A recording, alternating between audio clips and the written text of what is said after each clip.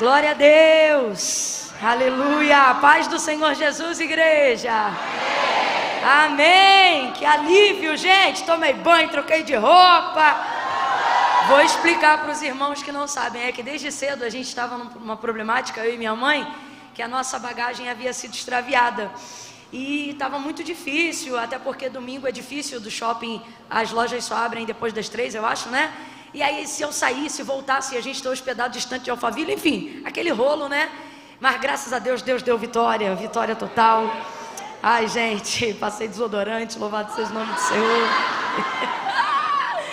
Deu tudo certo. Você pode dar um glória a Deus aí? Pastor Tiago, quero agradecer por essa oportunidade, pela honra de conhecê-los aqui. Eu sou apaixonada pelo ministério que o Senhor confiou a vocês, na pessoa do pastor, do bispo JB Carvalho, da Dirce, são amigos do coração, e poder conhecer e estar com vocês hoje aqui, estende a honra dessa comunhão. Muito obrigada, tá? Deus abençoe todos os irmãos. Como é bom estar numa noite de ceia na casa do Senhor. Como é bom. Dê uma olhada aí para quem está do seu lado, diga assim: que privilégio. Não, sério, você entende o tamanho do privilégio de fazer parte do corpo e do sangue do Senhor? Oh, meu Deus, e hoje você tá muito forte, hein? Você tá muito forte. Por quê, Camila? Porque você hoje está literalmente crente até debaixo d'água. Porque que toró caiu hoje aqui, gente. Que coisa linda. Eu pensei que ia estar eu, o pastor, a pastora e mais uma meia dúzia de crentes teimosos que falou: não, eu vou mesmo. Mas o Senhor trouxe os seus adoradores para que seu nome seja engrandecido. Glória a Deus. Glória a Deus. Feliz de estar com os irmãos. Vamos abrir as nossas Bíblias no Evangelho do Senhor Jesus, segundo escreveu Lucas. Lucas, capítulo de número 22. Eu faço uma força para falar 22.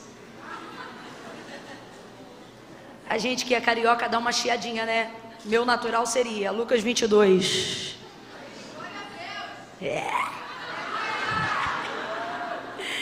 Oh, aleluia! Deus abençoe, irmão César, irmã Tatiane. Deus vivo, gente. Deus prepara tudo.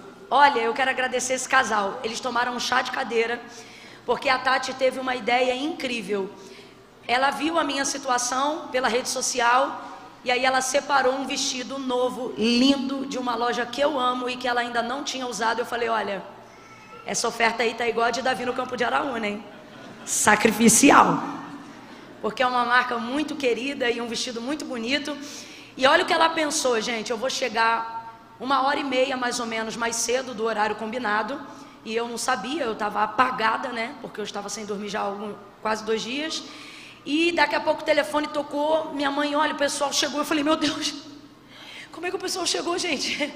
Eu pensei: hoje é o dia que Deus me abate. Vou ir suja, fedorenta, feiosa, né? E não, ela teve essa ideia de chegar mais cedo, ver se essa roupa dava. Só que o que aconteceu? Tati e César trouxeram a bênção. Eles chegaram 30 minutos depois, cravado. Chegou quem? Mas olha que eu já tinha experimentado o vestido que Tati graciosamente trouxe para tentar nos favorecer. Porque a igreja é assim, vocês são assim. E aí eu experimentei e falei: poxa, mãe, olha o vestido da irmã, vou ter que devolver. Aí botei o vestido de novo. Sabe o que eu fiz para quebrantar o coração dela? Mas isso ela só ia ver em casa. Eu peguei a etiqueta da comprovação da minha bagagem, porque eu tinha rasgado a etiqueta de abrir, aquele papel celofane, sabe? E coloquei a etiqueta bem em cima assim da cola, como quem diz assim: era para ter ficado. E coloquei na sacola e mandei para ela. E vim falando sobre isso, brincando no caminho. Quando chegou, agradeci de todo o coração: irmã, muito obrigada, mas olha, não precisou, a mala chegou junto, tá aqui, usa seu vestido. Ela: não, de maneira nenhuma. Eu falei: não. Falei: não, Tati, de maneira nenhuma. Ela: não, é seu. Eu falei: não. E aí quando ela me deu o vestido que eu ganhei, eu falei: Jesus, valeu a pena ter perdido a mala, muito obrigada. Tati, obrigada pelo teu carinho, irmão César. Obrigada por compartilhar testemunhos de fé que edificaram minha vida no caminho, viu? Deus abençoe vocês. Vamos lá, gente, sem mais delongas, porque um momento muito especial ainda, que é do ato da ceia, ainda se segue. Lucas 22, já fiquei à vontade, já soltei o 2. Versículos 27 em diante. Quem achou, diga amém. Lucas 22, versículos 27 em diante. Diz assim o texto: pois qual é maior, quem está à mesa ou quem serve? Não é quem está à mesa? Eu, porém, entre vós sou como aquele que serve. Vós sois os que tendes permanecido comigo nas minhas tentações. Assim como meu Pai me confiou um reino, eu o confio a vós, para que comais e bebais a minha mesa no meu reino, e vos assenteis sobre os tronos para julgar as 12 tribos de Israel. Verso 31. Simão, Simão, Satanás vos pediu para vos peneirar como trigo, mas eu roguei ao Pai por ti, para que não desfaleças a tua fé. Então, quando tu te converteres, fortalece os teus irmãos. E respondeu-lhe Pedro, dizendo: Senhor, estou pronto a ir contigo para a prisão e até a morte. Tornou Jesus a dizer: digo-te, Pedro, que não cantará hoje o galo antes que 3 vezes negues que me conhece. Então Jesus lhes perguntou, não, somente até o 34, perdão. Não cantará hoje o galo antes que 3 vezes negues que me conhece. Somente até aqui. Diga amém por essa palavra. Amém. Essa palavra, ela voltou ao meu coração nessa noite como palavra de Deus para esse dia. E eu acredito exatamente no que eu ouvi da boca do pastor Tiago quando fui entrando aqui no templo. Quando ele dizia, numa atmosfera como essa, eu reproduzi exatamente esta mesma palavra esta semana, numa outra atmosfera como essa, e eu dizia, numa atmosfera como essa, tão profética, palavras se tornam decretos. O espiritual rompe o físico, e ele torna real, concreto, tangível, aquilo que nós estamos falando numa atmosfera profética, abstrata. Então, sobre essa palavra, debaixo dessa atmosfera, quando eu entrei aqui, o Espírito Santo, como quem sacasse uma flecha da aljava, acertou meu coração nessa noite. E ele disse: diga ao meu povo que eles são o meu trigo. Porque essa palavra fala sobre isso. Então, debaixo dessa palavra, irmãos, eu vou contar de 1 a 3. No 3, antes de você tomar assento, eu vou te pedir para liberar essa palavra que determina o rumo profético, que Deus nos aponta como verdade, como resposta nessa noite para a nossa vida. Quando eu disser 3, você vai olhar para quem está ao seu lado e vai dizer para esta pessoa: você é trigo. Aí quando você disser para ela, você vai virar para outra e vai dizer: eu sou trigo. Você entendeu? Para uma você vai dizer o quê? E para outra você vai dizer o quê? É 1, é 2, é 3. Diga aí. Senta dando glória a Deus, porque o trigo é a boa semente. Aleluia! Oh, glória a Deus! Aleluia! Aleluia! O trigo é a boa semente. Diga glória a Deus! Aleluia! Aleluia! Deixa eu te explicar o contexto desse texto, antes da gente começar a aplicação profética na nossa vida dele. Esse contexto é bem semelhante com o contexto que nós estamos vivenciando hoje, aqui e agora. Um lugar foi preparado para que a mesa do Senhor estivesse posta. Nesse dia aqui o Senhor vai celebrar a última ceia, a última oportunidade que ele tem de estar em comunhão com seus discípulos, antes de ser levado ao Calvário. Ele sabia que a hora dele estava chegando. E literalmente esse episódio aqui, essa narrativa que a gente acabou de fazer menção nessa noite, ela antecede apenas horas, eu disse, do pior momento de dor e agonia que Jesus já viveu na sua história, enquanto viveu entre nós aqui, habitando por num corpo humano. Não há absolutamente nenhum outro momento de maior dor, de maior angústia e de maior agonia que na sua condição humana ele tenha sido impelido no seu processo de jornada ministerial aqui na terra. E ele está apenas a algumas horas essas que ele sabe quais serão. Na verdade, Jesus sabe disso desde que ele começou a cumprir o seu ministério no primeiro milagre nas bodas de Caná da Galileia. Você lembra quando Maria percebeu a situação daquele casamento e foi pedir ajuda a ele? Ele disse para ela: mulher, ainda não é chegada a minha hora. Quando ele realiza aquele milagre, porém, em contrapartida a isso, ele diz: mulher, ainda não é chegada a minha hora. Ele está se referindo a que hora, gente? A hora da sua entrega. Jesus, ele compreendia que tudo que ele fosse fazer no caminho do seu ministério, cada milagre, cada sermão, cada realização que ele operasse, culminava para o Calvário. Então compreenda, na verdade, todos os milagres que Jesus realizou faziam parte de uma apostila pedagógica. Isso, na verdade, compreendia o desejo dele de fazê-los, os seus discípulos, compreenderem como deveria funcionar a manifestação do seu reino aqui na terra. Jesus não estava preocupado, na verdade, em ser ovacionado por ser poderoso através dos milagres que ele realizava. Jesus não só não estava preocupado com isso, como o que ele estava, na verdade, era ocupado em fazer com que aqueles que o seguissem entendessem a motivação dos seus feitos e não apenas a celebração dos seus resultados. Por isso que muitas pessoas que seguiam Jesus, seguiam, mas não permaneciam. Lembra daquela multidão, Marcos capítulo de número 5, aquela mulher do fluxo de sangue que se aproveitou dessa multidão, indo a caminho da casa de Jairo e o tocou, e a hemorragia estancou? Você lembra o que o texto dizia ali? Que a multidão que o seguia o apertava, porque na verdade eles formatavam a operação dos milagres que Jesus realizava dentro de um único método exoperante. Quem está comigo, diga amém. Elas começavam a divulgar e a acreditar o que? O relato que Lucas escreveu na época da operação daqueles milagres, que era qual? Que todas as pessoas que Jesus tocava, elas eram curadas. Completa aí para mim: todas as pessoas que Jesus tocava, elas eram curadas. Por isso que aquela multidão está apertando, porque eles acreditavam que só podiam ser curados se por ele, Jesus, fossem. Aí aquela mulher não podia por ele ser, porque o sangue, sua hemorragia, que era a enfermidade que ela tinha na época, tornava ela imunda de acordo com a lei de Moisés. Em razão disso, ela não poderia tocar. Mas por que ela é tão celebrada e ela é utilizada como um exemplo na Bíblia Sagrada? Porque ela não se acomodou por isso. Uma vez que ela não podia por ele ser tocada, ela inaugurou um método que nunca antes foi utilizado por ninguém. Existem crises que Deus permite a gente entrar, não é o ponto hoje não, é só um exemplo. Mas existem crises que Deus permite a gente entrar só porque através da nossa vida Ele quer inaugurar métodos que ainda não foram utilizados por ninguém. Para quê?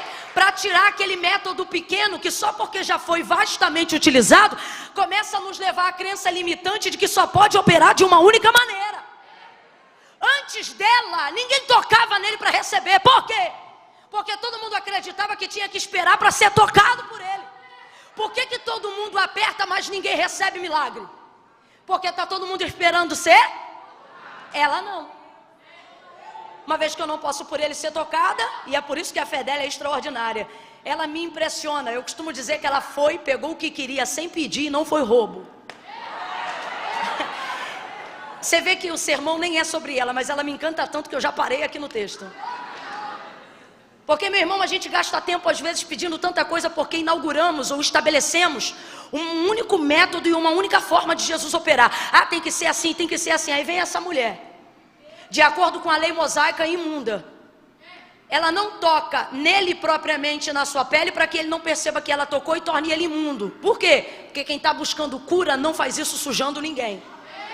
Segunda coisa, ela faz isso tocando só na orla das suas vestes. Agora dá uma olhada em casa quando você chegar no texto de Marcos 5 e veja lá se ela pediu para ser curada. Em casa ela inaugurou um método com um pensamento dizendo assim: se eu tão somente tocar, tá todo mundo do lado de Jesus dizendo assim: se ele me tocar eu sou curado.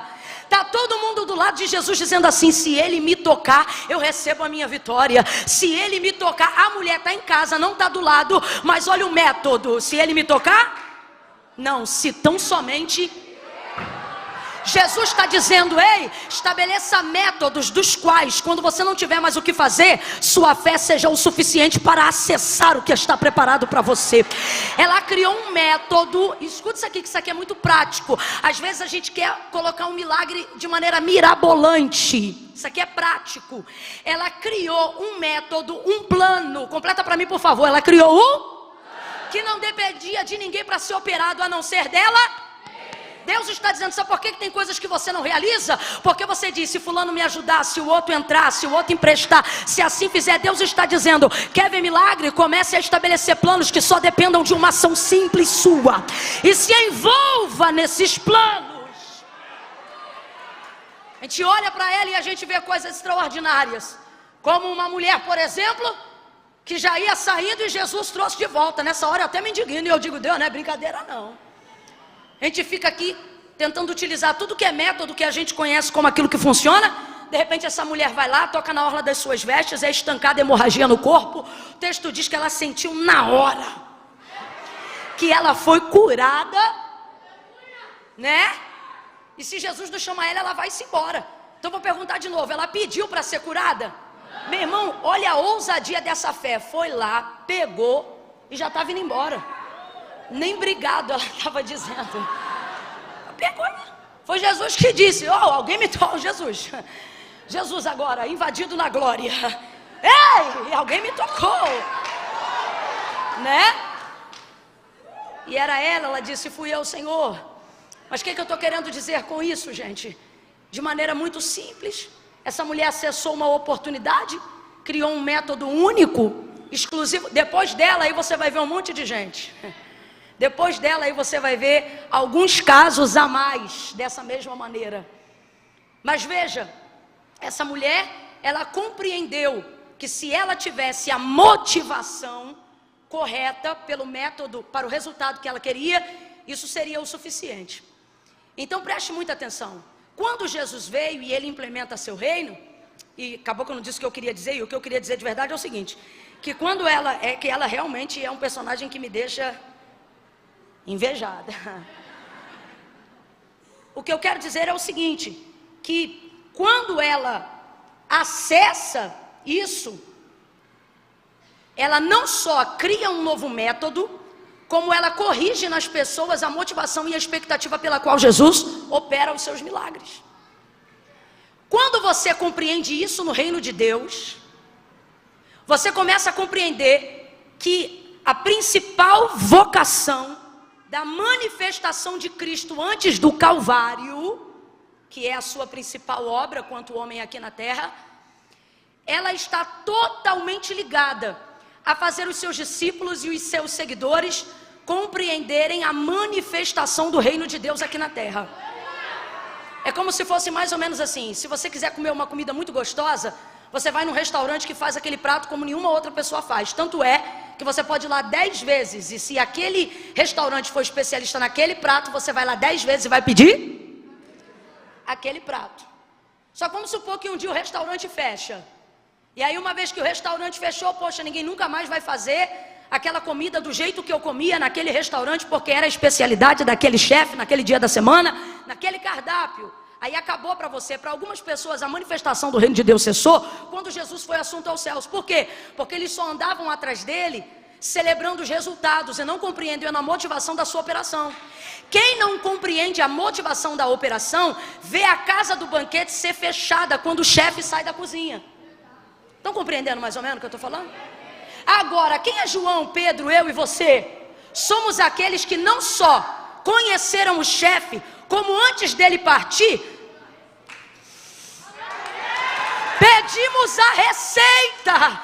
Por quê? Porque compreendemos o que ele disse. Na condição de Senhor, falou aos seus aprendizes: aquilo que eu fiz, coisas maiores vocês farão. Eu estou sentindo uma graça de Deus tão grande. Quem trouxe Bíblia, levanta ela aí agora. Levanta com autoridade. verdade. Isso. Ai, Camila, eu não tenho Bíblia de papel. Você podia ter uma, vou deixar a dica. Levanta a tua Bíblia aí e comece a dizer: tá tudo bem, eu tenho a receita. Olha para quem está do teu lado e diga: a minha cozinha continua aberta. Tempero da graça, tempero da unção, tempero do poder, tempero da libertação. O reino de Deus se manifesta aonde eu entro, aonde eu falo, aonde eu canto, aonde eu prego, aonde eu profetizo, aonde eu intercedo, aonde eu oro. Porque eu não só conheci o chefe, eu compreendi suas motivações. Eu ando com a receita. Aleluia! Esses 2 anos vão virar 4, os 4 vão virar 8, os 8 vão virar 16, e todos os anos se seguirão até que a igreja seja arrebatada. Por quê? Porque o chefe está à destra de Deus, mas a receita está com os discípulos que compreenderam a manifestação do seu reino. Sabe o que é isso? Não é uma mesa de banquete qualquer, é o único corpo místico de Cristo, reconhecido e legitimado para manifestar o que Jesus operou quando por esta terra passava. Olha para quem está do teu lado e diga com carinho: me respeita. Eu tenho a receita. Você está entendendo? Alguém aqui está compreendendo? Tanto é que depois de um tempo, fortalecendo a mentalidade dos seus discípulos, para que eles não celebrassem apenas os resultados, mas para que compreendessem a sua motivação. Quando você tem a motivação assertiva, você tem motivação continuativa. Ela não passa independente dos resultados que você já viveu. Você continua trabalhando para viver novos resultados. Por quê? Porque quem trabalha pelo resultado é escravo, quem trabalha pela motivação é senhor. Você vai, continua vivendo, você continua seguindo. Vocês estão compreendendo o que Deus está falando conosco? Glória a Deus, esqueci. Vocês são da igreja do Bispo JB? É isso. Aleluia. Aleluia. Então Jesus, na celebração da última ceia, vai garantir, abre aspas para o que eu estou falando aqui, tá? Se eles estão compreendendo a receita. Porque desde o primeiro chamamento, quando a primeira cúpula ministerial de Cristo foi composta, Jesus ele tem esse cuidado de dizer: olha, não cuideis de andar ansiosos por coisa alguma. Ele percebia, porque Jesus não chamou os catedráticos, pelo menos não para compor a sua cúpula ministerial daquela época. Ele chamou os seus discípulos, pessoas simples, pescadores. Tanto que o povo se impressiona quando Pedro fala a multidão, depois de Assunção de Cristo. Não é aquele pescador, como quem diz, um indouto, um inculto. Então ele chama essas pessoas muito simples. E pessoas muito simples têm crenças muito limitantes. E a verdade é que eles deixaram tudo para seguir Jesus, mas ainda estão em processo de conversão e de libertação, não para se apegarem aos resultados. Tanto é, eita glória. Esse é aquele momento que você diz assim: ainda bem que eu estou na igreja se Jesus voltar. Não é? Então veja, ele chamou e eles deixaram o que eles tinham. Tanto é que no chamamento de Pedro, primeiro apóstolo da igreja primitiva, ele seguiu Jesus depois de ter pego a maior multidão de peixes da sua vida, seu maior cardume. Largou tudo e seguiu, para compreender que não era o resultado, era a motivação. Então eram pessoas simples, e pessoas simples às vezes dentro de um contexto acabam tendo muitas crenças limitantes, e os discípulos não eram diferentes. Então Jesus quebrava essa limitação. Olha isso, eles estão andando com o Filho de Deus. Eles estão vendo cegos serem curados de manhã, e antes do entardecer eles já estão pensando na janta. Aquela preocupação, lembra da multiplicação, Mateus 14? Dos pães e dos peixes? Daquele menino que trouxe 5 pães, 2 peixinhos, Jesus deu graças, começou a repartir, multiplicou para aquela multidão. Qual foi o pensamento dos discípulos depois do sermão pregado naquele deserto, naquela tarde? Senhor, manda eles embora. Rapaz, Jesus está pregando, irmão. Se a gente ouvir alguém que a gente gosta, ou alguém que nem gosta, mas que está pregando a palavra, já cativa a gente. Imagina você ver o verbo vivo pregando, pastor, pelo amor de Deus, gente. Ai, nesse culto ia ter que me catar a capar. Olha isso. Então, veja, Jesus está pregando, o povo está tomado, mas aquela multidão, Jesus disse que tinha compaixão. Por quê? Não o seguiam apenas por o que ele falava, mas sua principal motivação era o quê? Se ia ter comida. E os discípulos sabiam disso. Por quê? Porque pensavam como eles. Tem gente que só tem capacidade de julgar a gente pelos erros que a gente comete, porque no fundo eles cometem os mesmos erros. E aí os discípulos, Senhor, manda embora, manda esse povo embora. E o Senhor disse, não, ninguém vai embora, manda o povo sentar. Imagina você desesperado com uma multidão, você só tem 5 pães para dividir para 12, 2 peixes. E aí Jesus diz, manda ninguém embora, faz círculo de 50 em 50 e 100 e manda todo mundo sentar. Que desespero. Porque o pensamento deles ainda estava nessa necessidade. Estamos seguindo aquele que supre necessidade. Estamos seguindo aquilo que supre necessidade. Ele supre necessidade, mas ainda assim, muito limitante. Eu vou te provar que a crença dos discípulos ainda era limitante, mesmo diante das realizações de Jesus. Porque isso não tem a ver com ter, tem a ver com se tornar. Quando Jesus te dá coisas, Ele não te dá coisas para você dizer, eu tenho. Ele te dá coisas para que você se torne. Você vai entender. Se você tem coisas, e estas coisas não te tornaram uma pessoa melhor, não foi Jesus que te deu. Tudo que Jesus te dá e te acrescenta, te torna uma pessoa melhor. E aí, olha isso. A prova de que a crença limitante deles era tamanha, que um dos discípulos vai chegar para ele na hora que veio os 5 pães e 2 peixes e diz assim para ele, Senhor, mas o que é isso para tanta gente? Ele fica com vergonha de oferecer aquilo. Um rapaz deixou aqui 5 pães e 2 peixes, mas o que é isso para tanta gente? Oh, nem que tivéssemos, quem está me ouvindo diga amém, 200 denários de dinheiro. A crença, quando é muito limitante, nem no campo da imaginação, pastor Tiago, a pessoa consegue chegar a um resultado positivo, de tão limitada que ela é. Se liga nisso aqui, ó. Ele está falando de um campo de imaginação, ó. Baseado na quantidade de pessoas que tem aqui, 5.000 homens, sem contar mulheres e crianças, a conta que deveria ser feita era do que precisaria para abastecer, mesmo não tendo. Para abastecer isso aqui, só se tivéssemos. Se você não está tão limitado, você faz pelo menos uma conta, mesmo que você não tenha condições de pagar aquilo. Isso parece gente que deve, porque não tem dinheiro nem para metade, não pensa nem como vai pagar, e é por isso que nunca paga. Porque quando você estuda o cálculo e trabalha numa imaginação acessível, você começa a quebrar crenças limitantes na sua cabeça. Vai ouvindo aí. Eu sei que essa linguagem está meio de coach, mas você vai compreendendo. Eu estou falando é de fé mesmo, tá? Nada contra não, eu só estou falando porque senão já tem irmão que eu estou vendo que está torcendo bem, meio assim. Você vigia, tá, irmão? Que Deus use os irmãos.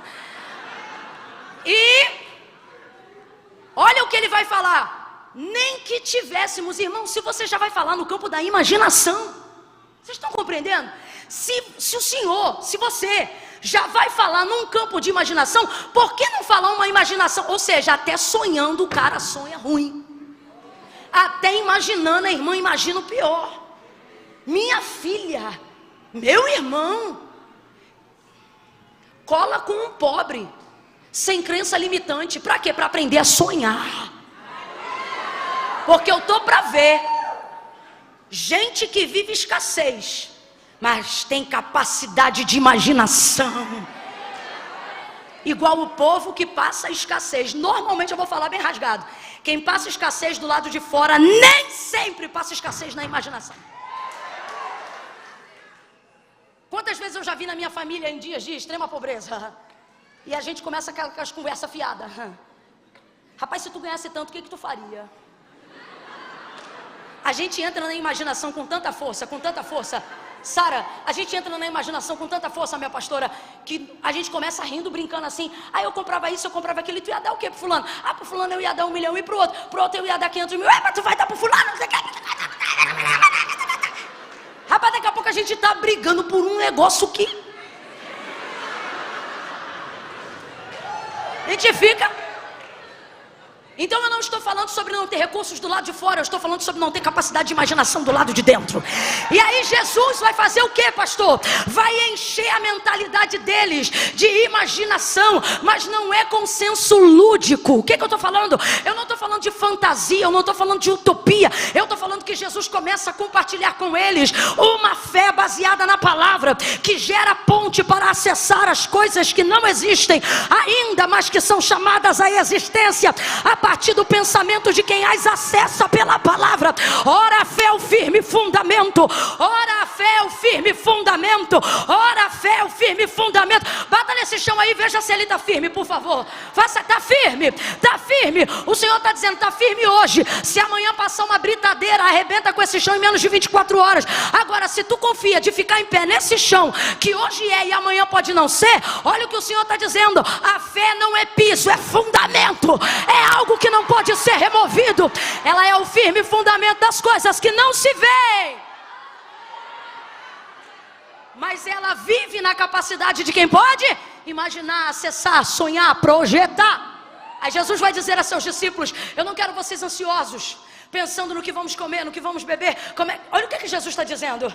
Poxa vida, eu estou querendo levar para vocês, estou querendo conduzir vocês a uma área que a carnalidade, que a necessidade não deveria nem ser uma questão.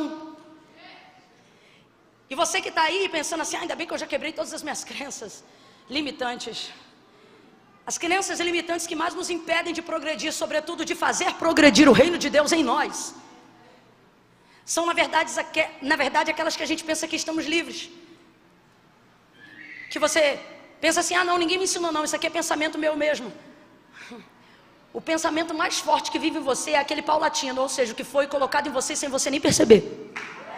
Ele está em você como uma cultura, como um estilo de vida, e você não percebe. E era o caso deles. E aí olha o que Jesus vai dizer: olhem para os lírios do campo. Nem Salomão em toda a sua glória se vestiu como um deles. O que Jesus está dizendo? A erva de manhã ela é, e à tarde ela já não é mais. Porém todos os dias Deus a veste. O que ele está dizendo? Ele não faz deixar de ter broto, de ter ramo e de florescer todos os dias. Aí ele diz: nem Salomão em toda a sua glória se vestiu como um deles. Olhem para as aves do céu, não batem ponto. Eu estou parafraseando para você entender na nossa linguagem. Não batem ponto de vínculo trabalhista. Mas veja, elas são livres. Não semeiam, mas colhem, não passam fome. Aí ele diz: não seria porventura a vossa vida mais importante, mais relevante do que as aves dos céus, do que os lírios do campo? Saibam de uma coisa, e é a primeira vez que você vai ouvir isso aqui no sermão dele. Saibam de uma coisa: o vosso, ele não diz o meu, ele diz o vosso Pai que está no céu. Quem é pai e mãe aí? Sacode a mão, sacode a mão. Quem é pai e mãe? Maravilha. Agora quem é pai e mãe aí de filho abaixo de 16 anos? Maravilha. Quando chega o boleto ou o acerto lá da conta de luz, você dá na mão dele para ele pagar? Porque essa é uma necessidade do lar, que é responsabilidade do... A condição é semelhante ao que está sendo aplicado aqui. O que nós estamos querendo dizer? O que Jesus está falando para eles? Não gastem todo o tempo de relacionamento, de intimidade que vocês têm com Deus, não só com Deus, entenda, com o Pai. Falando sobre necessidades. Por quê? Porque olha o que ele está dizendo: o vosso Pai que está no céu, dessas coisas ele já... Quando vocês estiverem andando comigo, é o que Jesus está tentando incutir na mentalidade deles. Não fiquem pensando naquilo que ele vai dar até sem vocês. Trafega comigo numa via aonde vocês vão suplicar por coisas que o dinheiro não vai precisar comprar. Trafega comigo numa via em que a sua dependência não vai estar limitada na roupa que veste, na casa que mora, no carro que você quer ter. Desculpa, mas você pode ter o melhor carro, a melhor casa, você pode ter a melhor estrutura financeira. Não é sobre isso. Isso vai te gerar enfado, vai te gerar ansiedade, vai te gerar síndrome do pensamento acelerado. Provérbios, Salomão fala sobre isso. Quanto mais o homem enriquece, menor fica o seu tempo, maior fica a sua preocupação, e menos paz muitas das vezes tem dentro da sua casa. Por isso no mesmo texto ele vai dizer: é melhor um bocado seco onde há paz do que muita riqueza num banquete onde há escassez de paz, ou seja, onde não há alegria. Então entenda, olha o que Jesus está dizendo: parem de gastar o tempo da vossa vida pedindo por aquilo que quando vocês não sabiam pedir, o Pai já dava. Quem aqui não nasceu num lar cristão, aprendeu o que era oração outro dia, o que era a vida devocional outro dia, e quando olha para a vida hoje, diante de Deus, diz assim: mano, eu não conhecia ele, mas ele já cuidava de mim. Alguém aqui já teve essa experiência? Então seria porventura agora num relacionamento de intimidade que Deus vai querer usar, ou melhor, que você vai usar todo o tempo que você tem para falar só disso? Com todo respeito, mas eu vou falar bem rasgado o que Deus está mandando eu dizer. Sabe o que Ele está dizendo? Meu filho, para pagar essa conta é só você virar mais um plantão. Para você ir morar nessa casa é só você fazer mais um curso. Você quer trabalhar naquele lugar, você quer entrar nessa área, acorda mais cedo, estuda e capacita. Eu vou falar mais rasgado. Sabe o que o Senhor está dizendo? Se o dinheiro que você precisa o banco dá, vai falar com o banco, não fala comigo não. Agora, se você falar comigo o que não tem no banco, aí a gente vai começar a transitar numa esfera que ninguém ainda conhece. Então Jesus está chamando eles para coisas maiores. Quem está compreendendo, diga amém. Para compreenderem. Aí agora na celebração da última ceia, Ele quer dar uma conferida. Estou usando uma linguagem assim bem no populacho. Ele quer dar uma conferida se está todo mundo compreendendo a receita, utilizando os ingredientes corretos. Por quê? Porque o corpo de Cristo em carne vai ser assunto. Primeiro vai ser crucificado, vai ser entregue, vai abalar, e depois ele vai ressuscitar. Vai passar aquele período de 40 dias e depois ele vai subir e vai se cumprir tudo o que foi dito sobre ele, pelos profetas maiores, pelos menores, pelo salmo messiânico de Davi. Em Atos dos Apóstolos capítulo 1 se cumpre um deles: levantai, ó portas, as vossas cabeças, levantai, ó portais eternos. Há anjos que começam a fazer a comitiva angelical do Jesus em carne, que começa a subir por entre as nuvens, diante dos olhos dos discípulos que estão presentes.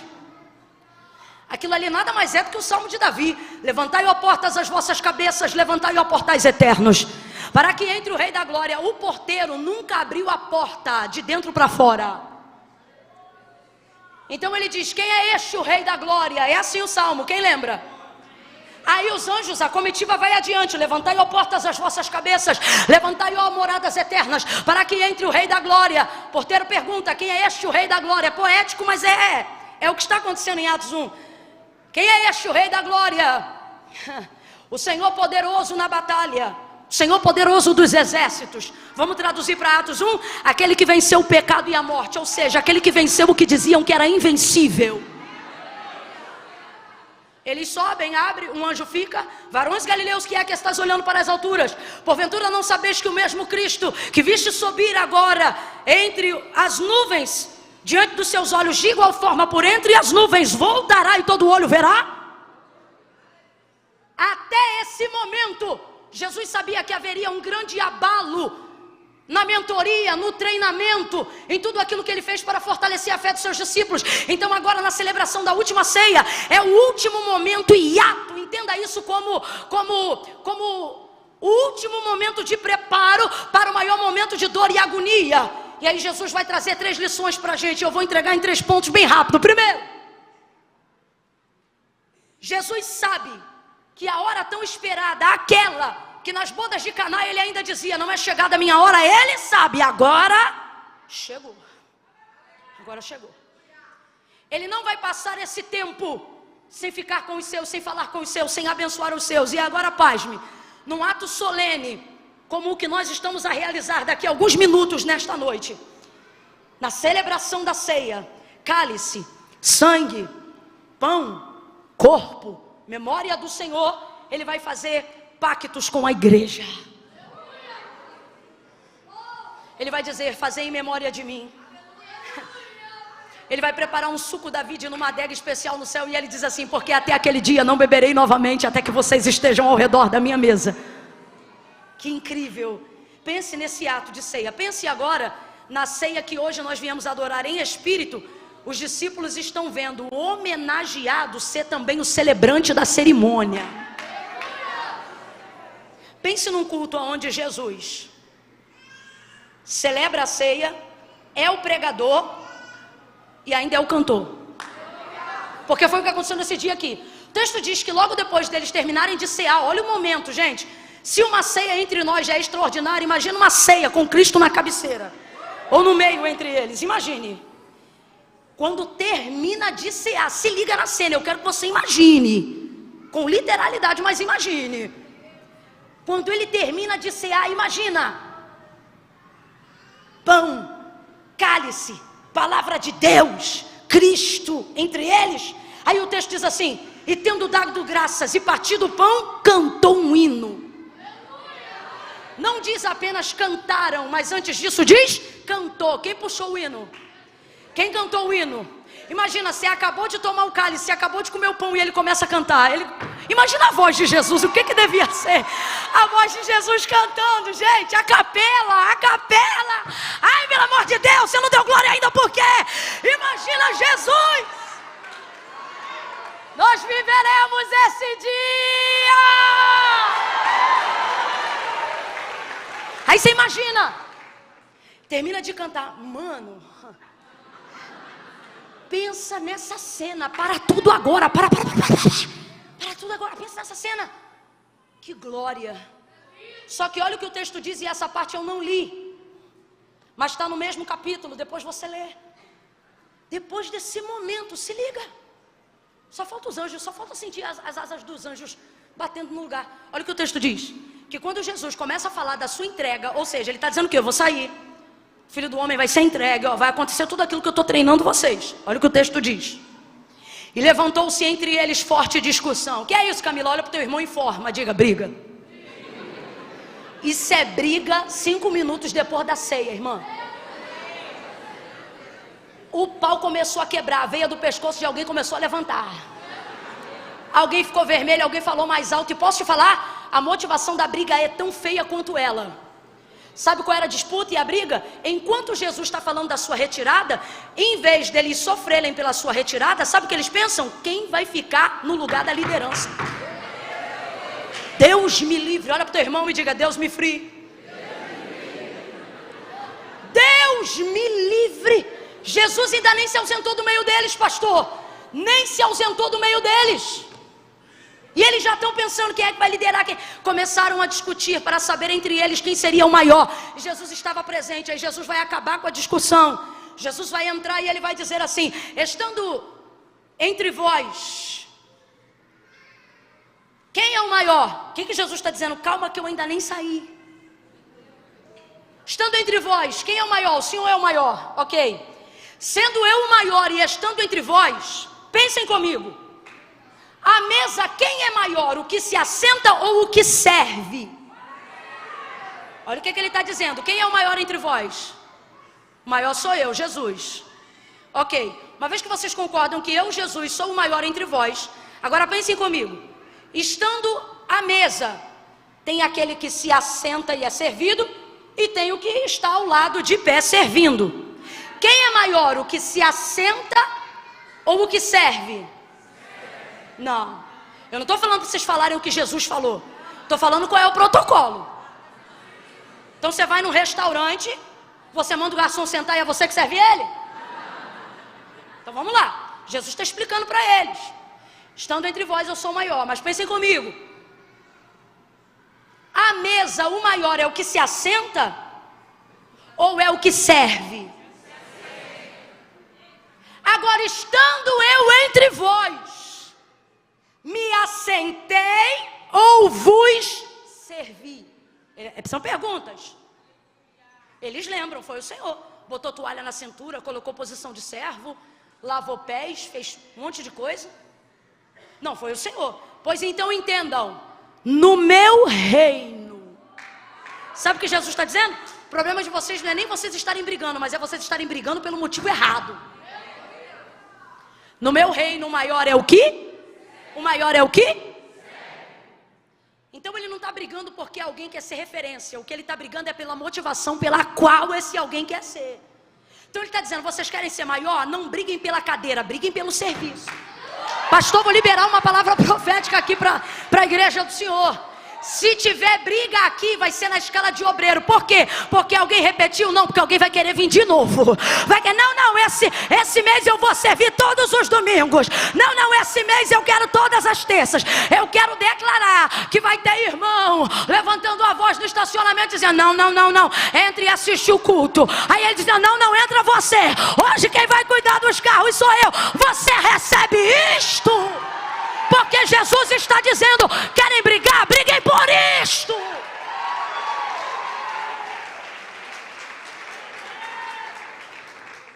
Cheia como essa casa está, lotada como ela vai ficar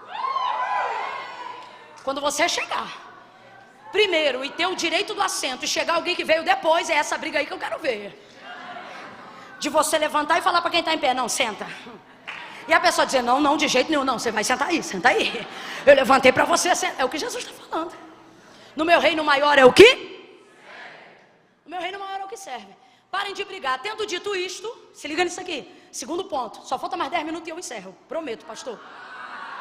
Tão crente a beça hoje. Segunda coisa, ele diz assim, tendo dito isso, ó, acabou a briga, cessou o problema. Ele vai direto em Pedro e não o chama de Pedro. Quem leu comigo lembra, ele chama ele de quê?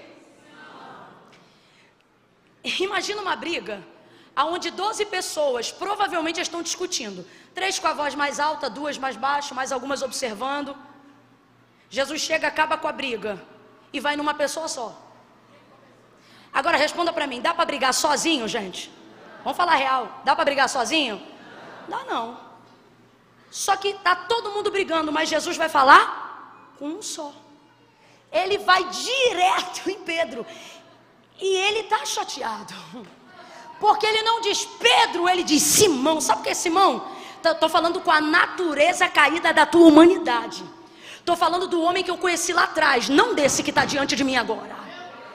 Porque quando o Senhor conheceu Pedro, ele falava e era muito mais conhecido por Simão. E o Senhor começou a chamá-lo muito mais de Pedro, para falar sobre o seu processo de transformação. Tu és Pedro, sobre esta rocha, este fragmento de pedra, edificarei a minha igreja, as portas do inferno não prevalecerão contra ela. Aquele que era o mais sanguíneo e aparentemente mais rebelde se tornou o melhor líder, ou o líder pioneiro que a igreja precisava para se estabelecer em Jerusalém e nas demais nações. Foi extremamente vital e continuou sendo, ainda antes de Deus erguer e levantar o futuro então apóstolo Paulo. Pense num homem tão tremendo em obras e tão poderoso, que quando ele saía do culto e das orações da sinagoga, o povo fazia fileira para que a sombra de onde ele passasse manifestasse a cura do poder que a sua vida carregava. Agora este homem aí está quebrando o pau depois da ceia.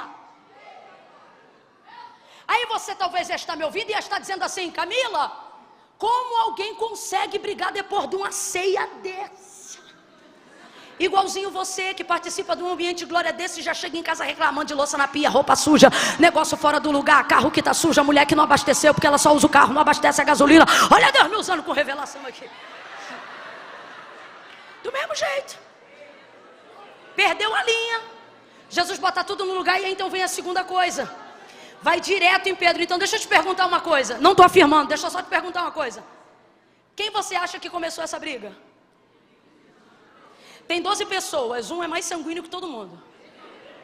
Augusto Cury cria eu vi uma palavra dele onde ele cria o temperamento baseado nas escrituras sagradas de cada discípulo. João, por exemplo, ele fala do seu pico de bipolaridade.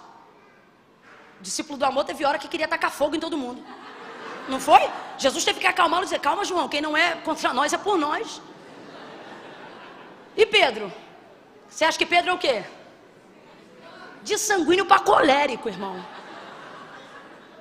Pedro é Simão. O que isso significa? Estou falando com a sua natureza. Estou falando com um Adão caído que insiste em residir em você. Isso aqui é para despertar Pedro de onde ele saiu, quem ele era e quem Deus não quer mais que ele seja. Satanás te pediu para te moer, peneirar, como se você fosse trigo. Como se você fosse? Tá todo errado, mas Satanás não pediu para peneirar como se faz ao joio. Se liga nisso. É um vacilão, mas pediu para peneirar como se fosse, porque o Senhor sabia e o inferno também sabia. É um trigo novo, mas ainda assim é. E qual é a diferença? Vou lhe dizer agora. Camila, por que o Senhor orou por ele, já que ele é trigo, e a palavra do Senhor aponta na parábola do joio e do trigo, que o trigo é a boa semente semeada pelo Senhor? Por que então o Senhor não permitiu que Pedro fosse tentado, que Satanás concluísse a tentação que queria? Por que precisou da intervenção de Jesus? Quem está comigo, diga amém, gente.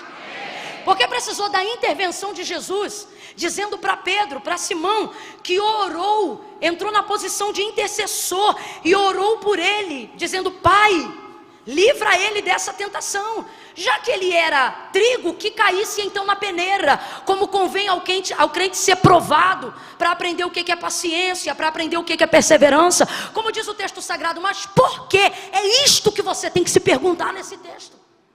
Por que o Senhor Jesus vai entrar para interceder pela vida de Pedro? Olha a condição de Pedro. Você está achando que isso é difícil? Olha a condição de Pedro. Olha como o Senhor fala com ele: Simão, Simão, Satanás te pediu para te peneirar como trigo, mas eu roguei ao Pai por ti. Olha como eu orei por ti. Quando tu te converteres. Olha, ele está dizendo: eu consegui um livramento para você, ok? Está livre. Agora tem o seguinte, olha a admoestação: quando tu te converteres. Acabou de tomar ceia. Isso, finge que não é com você mesmo não. Acabou de cear. Estava no hall de membros da Igreja de Cristo, mas ainda não era. Processo de transformação de metanoia ainda estava em andamento. Quando tu te converteres, fortalece os teus irmãos. Então aqui está a resposta da pergunta que a gente acabou de fazer. Por que a intercessão? Primeiro, porque é trigo. Mas segundo, por que a intercessão? Porque não está convertido agora, mas quando converter, você vai ter um processo de conversão tão forte, que você não vai ser só forte, você vai ter o poder de fazer o quê? Fortalecer os seus irmãos. Deus estava vendo a liderança de Pedro, Cristo apontava a liderança de Pedro, só Pedro não via o seu potencial, e por isso vacilava, mesmo sendo uma boa semente, mesmo tendo um bom mentor, mesmo ouvindo uma boa palavra. Só que nesta noite nós devemos fazer como Jesus. Primeiro, interceder por aqueles que têm potencial, mas ainda não estão preparados. Interceder por aqueles que são bons, mas ainda são meio rebeldes.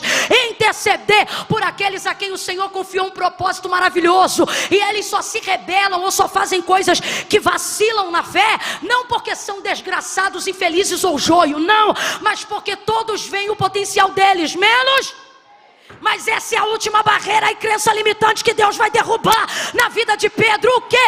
Ele vai corrigir a sua identidade. Camila, como é que se corrige a identidade de um homem, de uma mulher que Deus quer usar? Você tem que parar de se ver como você se vê, e tem que começar a se ver como Deus te chamou, e comece a profetizar sobre a sua vida as palavras que Deus liberou sobre você. Nelas está sua vida, nela está a sua identidade. Vou te explicar o processo da peneira em 2 minutos. Primeiro, como é que funcionava a agricultura? E o Senhor está falando na linguagem daquela época, porque Ele quer acessar aquelas pessoas. Hoje Ele está falando nessa linguagem, porque Ele quer acessar essas pessoas. Então entenda, como era o processo da agricultura? Vem comigo na parábola. Ele diz assim: parábola do trigo e do joio. Durante o dia, os servos semearam o trigo, a semente que o Senhor do campo deu para eles semearem na terra. Trabalharam o dia inteiro, semearam a semente do trigo, para dar lucro e semente no celeiro do Senhor do campo. Quando chegou a noite, eles estavam cansados. Completa para mim, eles estavam? Dormiram, porque o sono é para todos. O sono é para? Tem coisa na tua vida que tu perde de vista, não é porque você é mau, é porque um nível de impotência foi estabelecido para todos os homens. Você pode ser a melhor pessoa do mundo, irmão, você não vai cercar e vai trabalhar nas 11 de maneira excelente o tempo todo. Uma hora alguma coisa vai sair da sua vista. Todos dormiram. O inimigo veio durante a noite. Vem cá, meu amigo. Pensou que eu ia dizer inimigo, né? Faz um som aí daquele inimigo vindo sorrateiro.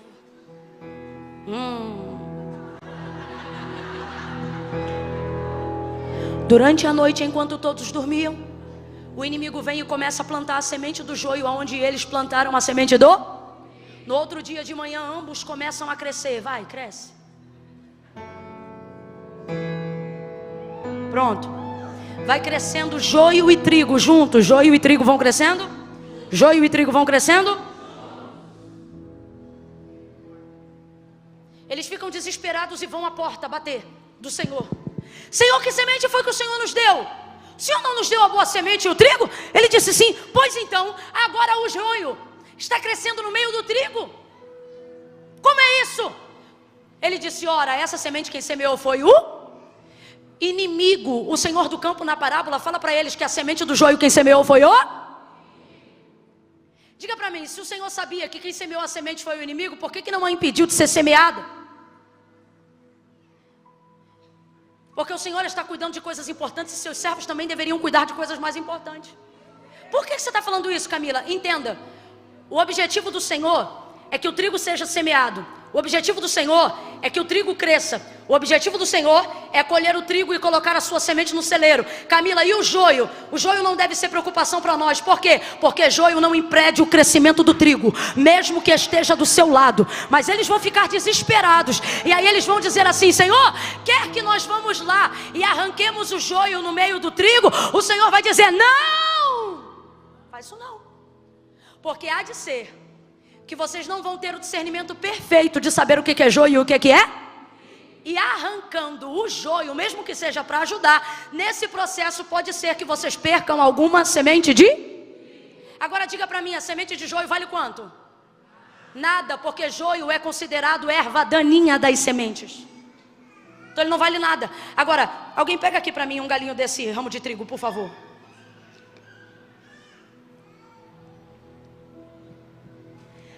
Uma espiga de milho, não vou gastar tempo aqui contando, mas ó, 2, 4, 6, 8, 10, 12, eu só sei fazer essa conta até 12. 13, 14, 15, 16, 17, 18, 19, 20, 20. Já passei de 20, presta atenção. Sabe quantas sementes são necessárias para num ramo de trigo? Quem está comigo ainda, abre o olho, diga amém. Sabe quantas sementes de trigo são necessárias para nascer um ramo de trigo que carrega uma espiga? Qual é o nome disso aqui? Qual é o nome disso aqui? Numa espiga, quando ela dá pouca, ou seja, quando ela dá uma espiga só, ela dá no mínimo 30 gominhos desses aqui que vocês estão vendo. No mínimo, você viu que eu parei na metade e já tinha 22. Então presta atenção. Uma semente devolve 30 sementes de trigo. Isso acontece se ela devolver o mínimo. Porque tem ramo de trigo que num ramo nasce uma espiga, 2 espigas, 3 espigas, 30, 60 e até por... Então olha a preocupação do Senhor da terra. Olha a preocupação do Senhor da terra. O baterista pode ir subindo também. Olha a preocupação do Senhor da terra. Se vocês arrancarem, vamos supor, 1000 feixes de joio, mas perderem um ramo de trigo, eu perdi muito por nada. Camila, então o que a gente faz? O trigo não deve ser sua ocupação, perdão, o joio não deve ser sua ocupação e menos ainda sua preocupação.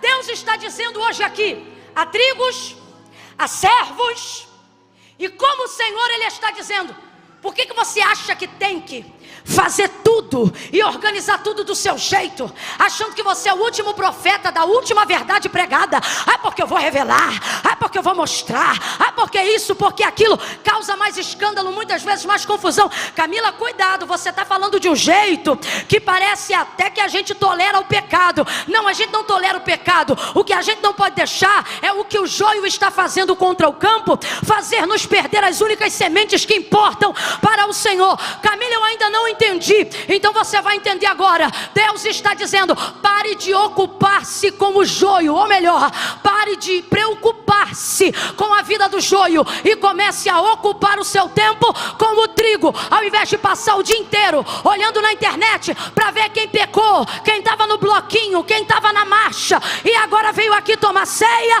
O Senhor está dizendo: o joio não vai te levar a lugar nenhum. Quer ocupação? Vai visitar os hospitais, vai visitar os presídios, vai procurar gente que vai gerar resultado na obra de Deus. Com todo respeito, mas vamos aqui, olha para alguém aí e diga: Deus não quer. Não, prega comigo, tu não vai me deixar com essa batata quente sozinha não. Diga com firmeza, diga: Deus não quer. Você preocupado com o joio, diga: Ele te chamou para se ocupar com o trigo. Vai salvar as almas que o Senhor preparou. Vai cuidar daquilo que Deus botou na tua mão. Vai fazer aquilo que Deus te chamou para fazer. É o que Ele está falando com Pedro. É isso que Ele está falando com Pedro. O contexto, na verdade, é esse. Agora você vai entender melhor o que eu estou dizendo. Então quer dizer, para só um minuto aqui, um parêntese. Só um parênteses. Quem semeou o trigo, quem deu o trigo para ser semeado foi o Senhor. Então o trigo pertence ao... E os servos do campo trabalham para quem? Por isso que Ele disse não e é não. Porque você pode até cuidar do que Deus te deu, você só não pode tomar posse do que é de Deus. Quando Deus diz não é, não importa o quão zeloso você seja. Agora, veja bem.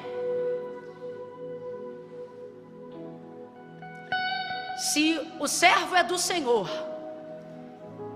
e ele deve trabalhar para o Senhor, complete aí, ele deve trabalhar para o Senhor. O próprio Senhor disse que o joio quem semeou foi quem? Então quer dizer que eu, servo do Senhor, vou pegar o tempo do meu trabalho para o Senhor e vou colher o que o cão plantou? Desculpa, mas eu vou falar. Desculpa nada. Não quer desculpar, não desculpa, vou falar. Servo do Senhor não trabalha para colher o que Satanás plantou. Você não é funcionário do cão, vou falar bem rasgado.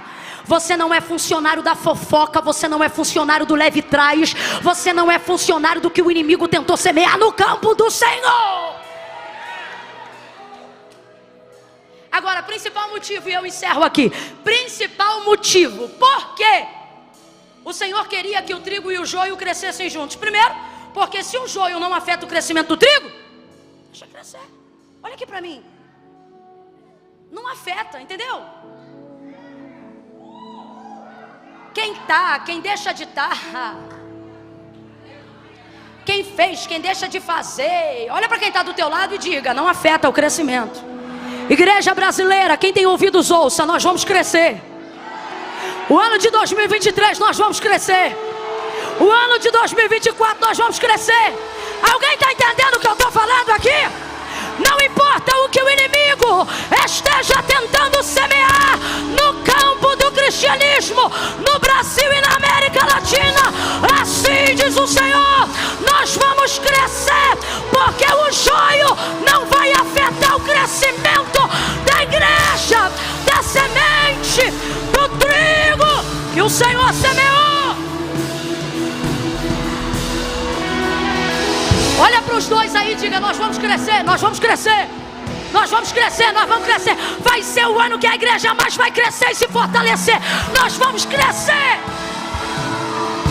Eu falo isso não é para te animar não. Eu acredito nisso com toda a verdade da minha alma. Nem estava ali no meu tópico, isso nem estava na minha cabeça, Deus me deu agora. Vou lhe falar. Imagine a parábola que Jesus está contando. Imagina a parábola que Jesus está contando. Quando os servos viram o joio nascer no meio do trigo, eles acordaram e tomaram um susto. Eles acordaram e tomaram um? Na parábola, eles acordaram e tomaram um? O inimigo semeou durante a noite enquanto os servos Porque a gente não pode controlar tudo, mas o Senhor sabia que o inimigo estava entrando e estava semeando. Agora vem para os servos, que somos nós. Depois que você levanta e toma um susto, você dorme de novo? Quem está no espiritual já entendeu. Sabe o que o Senhor está dizendo? Esse susto não foi para bater a perna de vocês uma na outra, não. Foi para vocês dobrarem o pelotão da vigilância. No campo onde estamos semeando, se inimigo entrar, vai ter que entrar de foice. Vai ter que entrar, porque nós estamos armados. Oh, deixa eu fechar em Pedro. Senão os exegetas vão me excomungar nessa noite.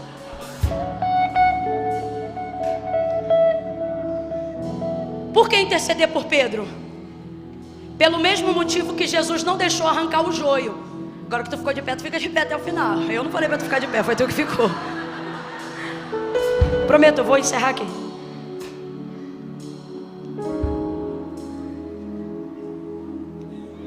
Não quero que vocês arranquem. E agora você vai entender isso, e quem é agricultor sabe do que eu estou falando. Por que não quero que arranque? Ele vai dizer, porque há de ser que tentando arrancar o joio, com ele vocês também vão acabar tirando o... Por que isso vai acontecer? Porque ambos estão na fase de... E trigo é trigo e joio é joio. Mas na fase de crescimento, ou seja, quando o trigo ainda é novo, eles são aparentemente... Ouve. Mas eu roguei ao Pai por ti, Pedro, para que não desfaleças a tua fé. Quando Satanás pediu para peneirar, isso aqui Jesus está usando uma linguagem que é o que nós estamos pregando aqui. Te pediu para peneirar como? Trigo. Agora vamos lá. Se trigo é trigo, trigo tem que ser peneirado, sim ou não? Vai para a agricultura daquela época. Colhia o trigo no dia da ceifa, que foi o que o Senhor mandou eles fazerem na parábola. Deixa crescer juntos. No dia da ceifa, corta e leva todo mundo para ser peneirado. O joio, vocês vão ver logo que ele não é trigo, porque ele é leve, ele tem crescimento, mas não tem resistência, não tem força, não tem fruto, não tem semente. Inclusive, é interessante que o trigo é plantado de manhã, o joio é plantado de noite, mas o texto diz que eles crescem. Como é que pode crescer junto se o outro foi plantado primeiro? Porque quem cresce vazio, cresce rapidão. É mais ou menos o joio, escuta isso. Deixa crescer junto. No dia, o trigo, por causa do peso da semente, ele enverga. A espiga pesa no galho. Quanto mais você tem, mais você? Isso. O joio não tem fruto. Ele continua levinho lá no vento, assim, fazendo onda. Por isso você não tem que ocupar teu tempo em arrancar joio. Joio, até o vento leva ele. Aí corta tudo. O joio queima no fogo. E o trigo tem que ser peneirado. Leva ele para ser craquelado. Craquela o trigo, coloca na peneira. Imagine agora uma peneira de pedreiro. Não era a que era utilizada, mas dentro da nossa cultura, para a gente entender. Quem aqui já peneirou meio metro de terra aí? Eita Deus, esqueci que eu estou em Alphaville. Aqui, vou pedir para Deus botar uma peneira na tua mão. Trabalhos manuais são bons. Lá em casa a gente peneirava areia para fazer laje, cimento, pedra. Quem não tem muito costume de peneira, sofre um pouquinho e fica assim. Só que tem uns abusados também que arrebenta. Pega um bom ajudante, um bom servente, ou abusado.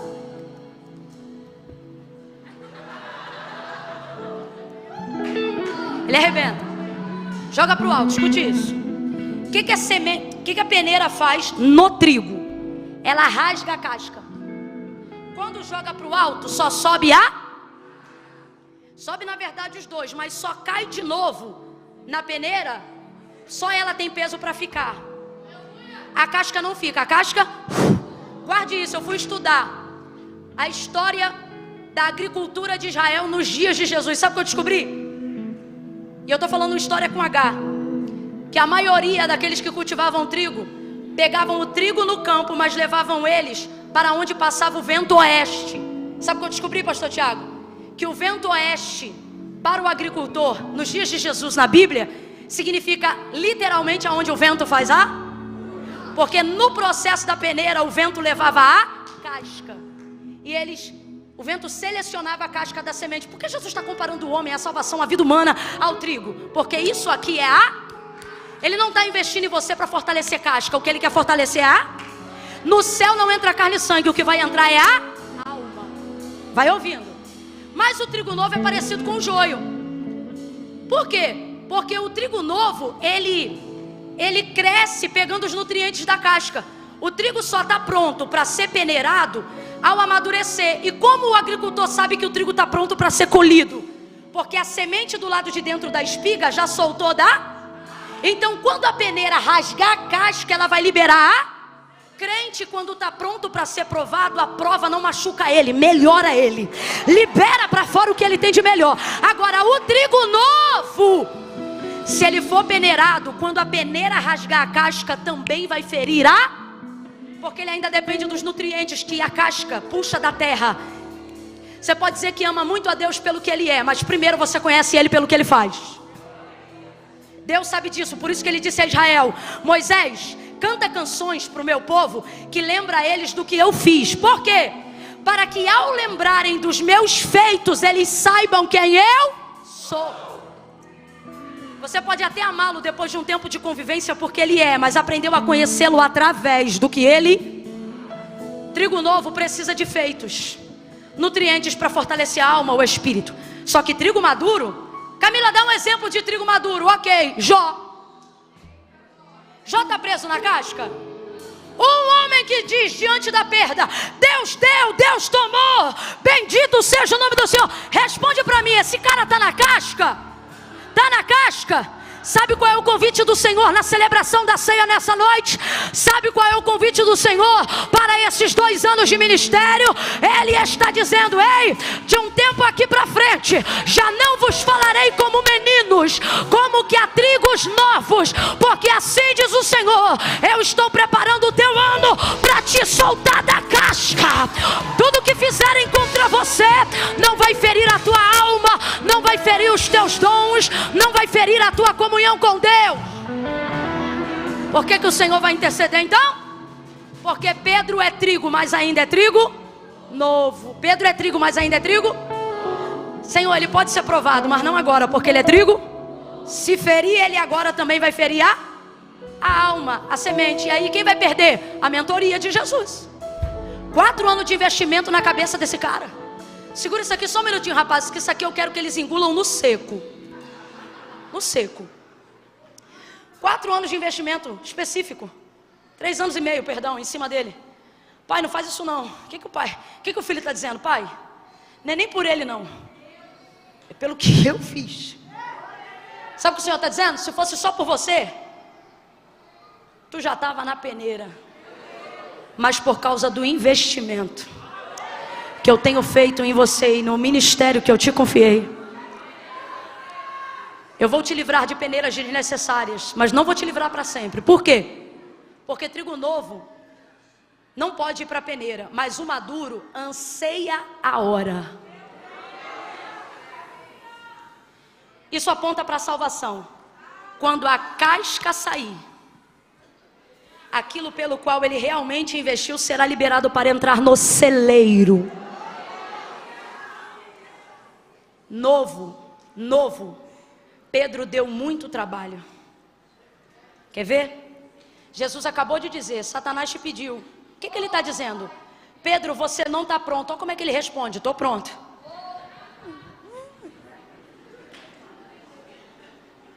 Olha que maturidade. Novo, ele corta a orelha de Malco. Maduro, ele cura os surdos. Faz uma comparação aqui comigo. Novo, ele arruma confusão depois da Santa Ceia. Maduro, ele estabelece o sistema doutrinário da igreja. Escuta isso. Novo, ele nega Jesus quantas vezes? Maduro, ele salva 3.000 almas de uma vez só. Olha agora para quem está do teu lado e diga assim: tu não é joio, tu é trigo. Pode ser novo, mas é trigo. Olha aqui para mim, teu filho pode estar com a nota vermelha e você você diz, não é possível, Deus falou que ia ser doutor, mas aqui nota vermelha de joio, joio, joio, o Senhor está dizendo, não, é trigo novo, trigo novo, trigo novo, trigo novo, trigo novo, é trigo novo, esse marido é trigo novo, esses processos da vida são trigos novos. Deus está dizendo, não abra mão disso agora, não abra mão desse casamento agora, não abra mão do chamado que Deus te confiou agora. Deus está mandando dizer isso aqui, não abra mão de ti mesmo agora. Deus está dizendo para mim, você não é joio. Enquanto eu estou pregando aqui, tem alguém dizendo, fulano é joio, ciclano é joio. O Senhor está dizendo, pega a tua listinha de julgamentos, porque hoje aqui não tem joio, é tudo trigo novo, trigo novo, trigo novo, trigo novo. Eu estou preparando. Camille, o que eu faço? Interceda. Das duas uma, ou você é o intercessor do trigo novo, ou você é o trigo novo. Eu vou contar de 1 a 3 aqui agora. No 3, só vai levantar a mão. Quem está me ouvindo, diga amém. Amém. Trigo novo, presta atenção, não são todos. Se César levantar a mão, eu taco a Bíblia nele aqui. Isso aí me contou cada história, isso não tem nem mais casca. Camila, eu não entendi muito bem esse negócio de casca não, vou te falar. É quando alguém diz assim, ó, menina, tu viu? Fulano falou mal de tu. Trigo novo? Ai, que tristeza, cara, eu não fiz nada com ele. Trigo maduro, manda um beijo. Que Deus abençoe. Porque tá solto da casca, tá solto. Não importa o que dizem, o que pensam, o que acham. É isso que eu tô falando. Mas tem trigo novo aqui.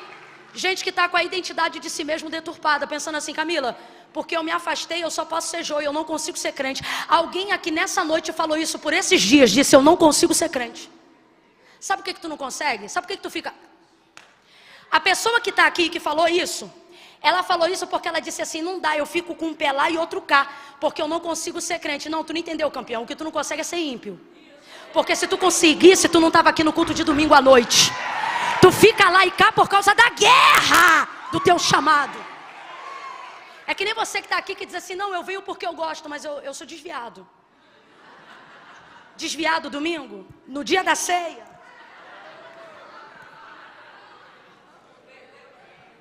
Tu não é desviado. Olha para mim, desviado não frequenta culto. Que raio de desviado é você?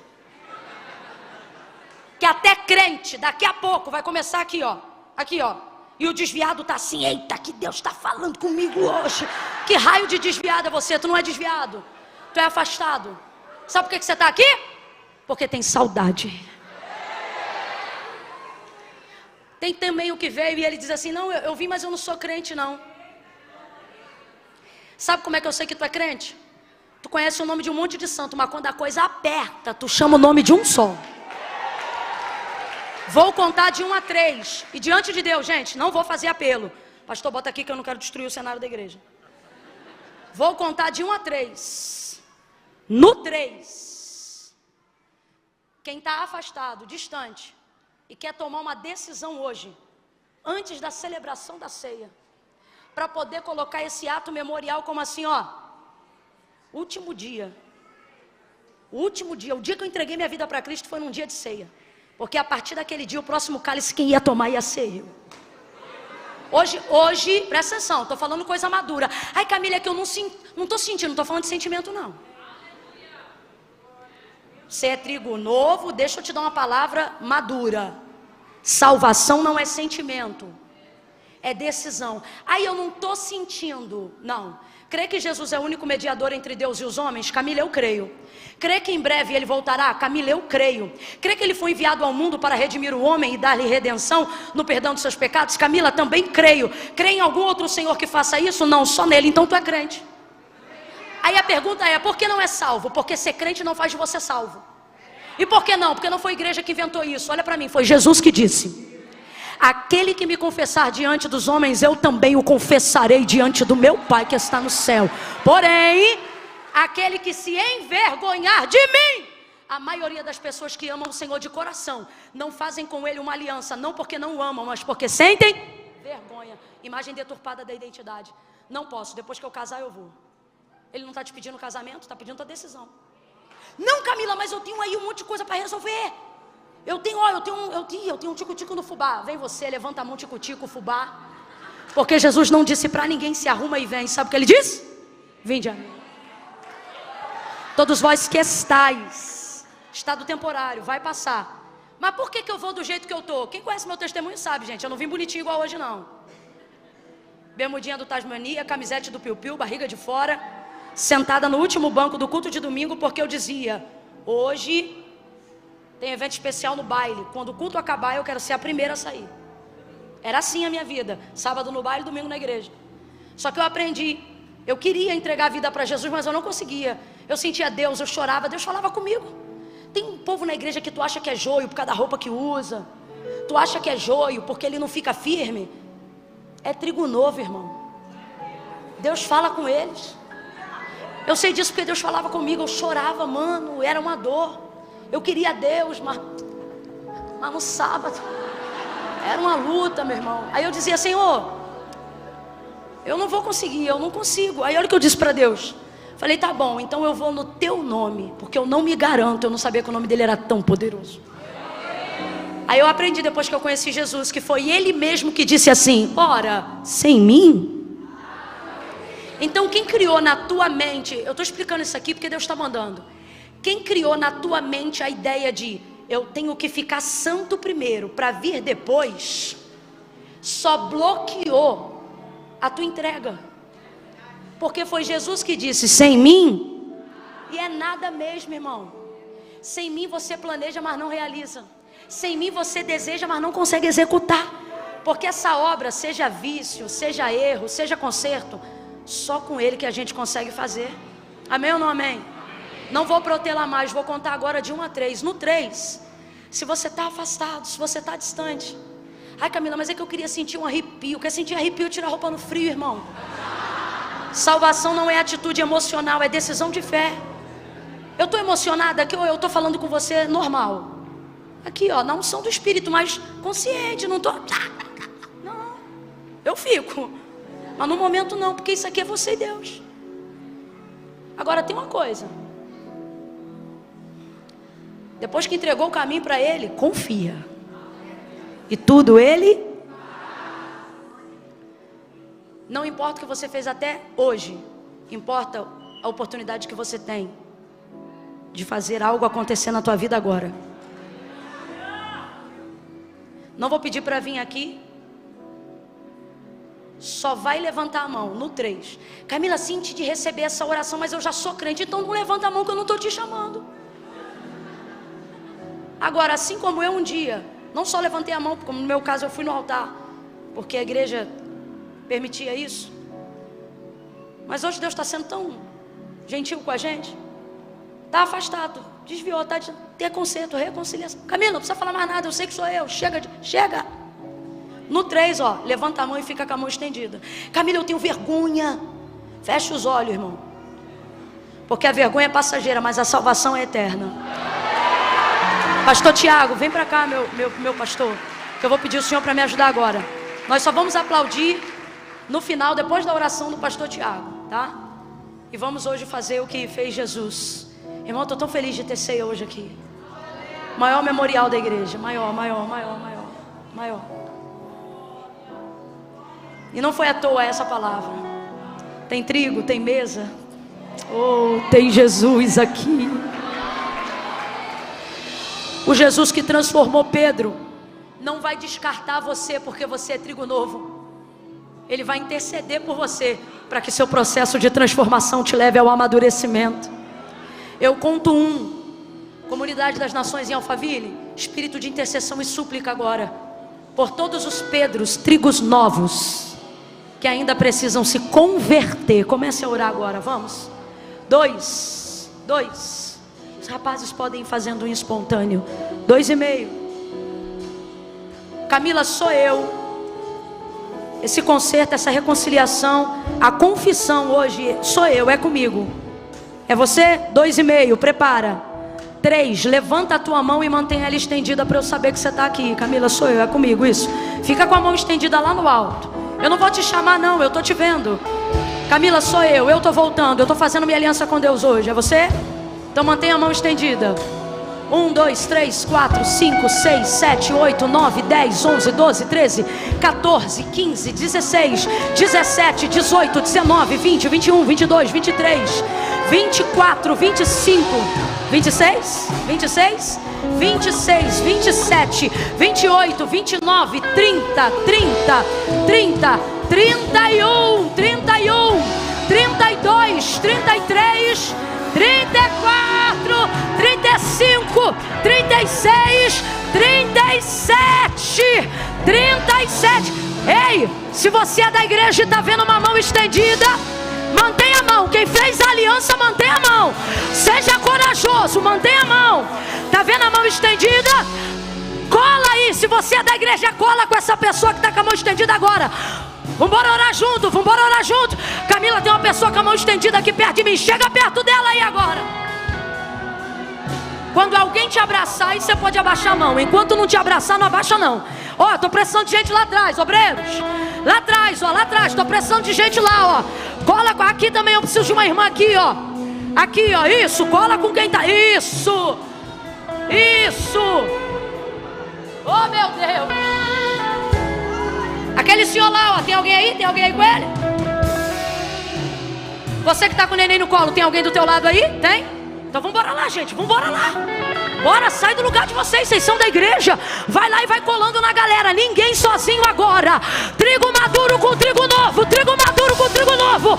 Intercessor, intercedendo agora por trigo novo. Porque o Senhor vai levantar homens corajosos como Pedro, mulheres vocacionadas como Maria. Orianda levanta la conta, levanta la baixo. Reminarabaia, xericada raçuia. Que unção é essa?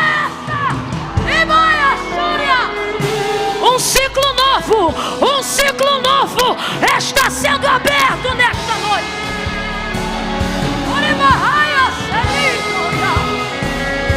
Aleluia, aleluia, Jesus.